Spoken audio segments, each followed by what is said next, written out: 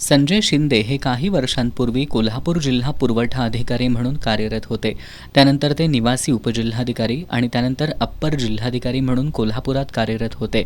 जवळपास 8 वर्ष ते कोल्हापुरात विविध पदांवर कार्यरत होते. त्यांच्या कारकिर्दीत उचगावमधील गट नंबर 175चा लेआउट ग्रामविकास अधिकाऱ्यांनी मंजूर केलाय.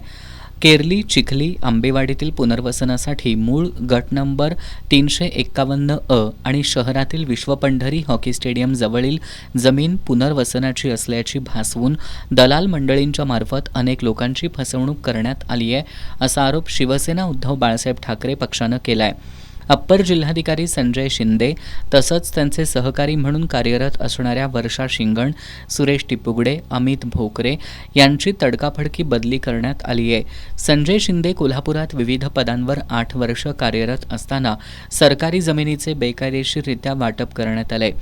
या संपूर्ण प्रकाराची विभागीय आयुक्तांमार्फत चौकशी करण्यात यावी अशी मागणी करत शिवसेना उद्धव बाळासाहेब ठाकरे पक्षाच्या शिष्टमंडळानं निवासी उपजिल्हाधिकारी गजानन गुरव यांची भेट घेतली. यावेळी शिष्टमंडळाच्या वतीनं गुरव यांना मागण्यांचं निवेदन सादर करण्यात आलं.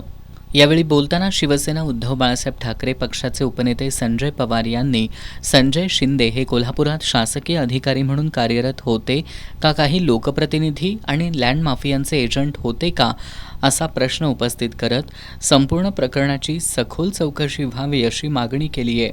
श्री संजय शिंदे हे कोल्हापुरात साधारण 8 ते 10 वर्ष कार्यरत आहेत.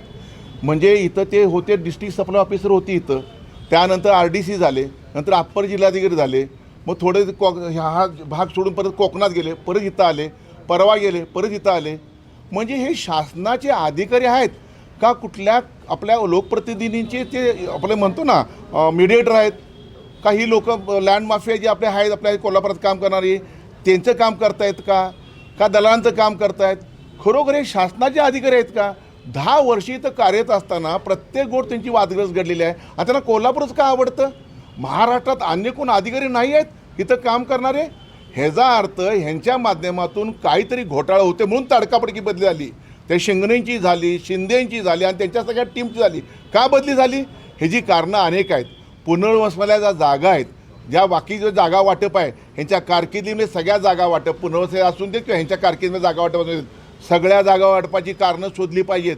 त्याची पुनर्तपासणी विभागीय आयुक्तांच्या माध्यमातून झाली पाहिजे. मोठ्या प्रमाणात महसूल बुडलेला आहे.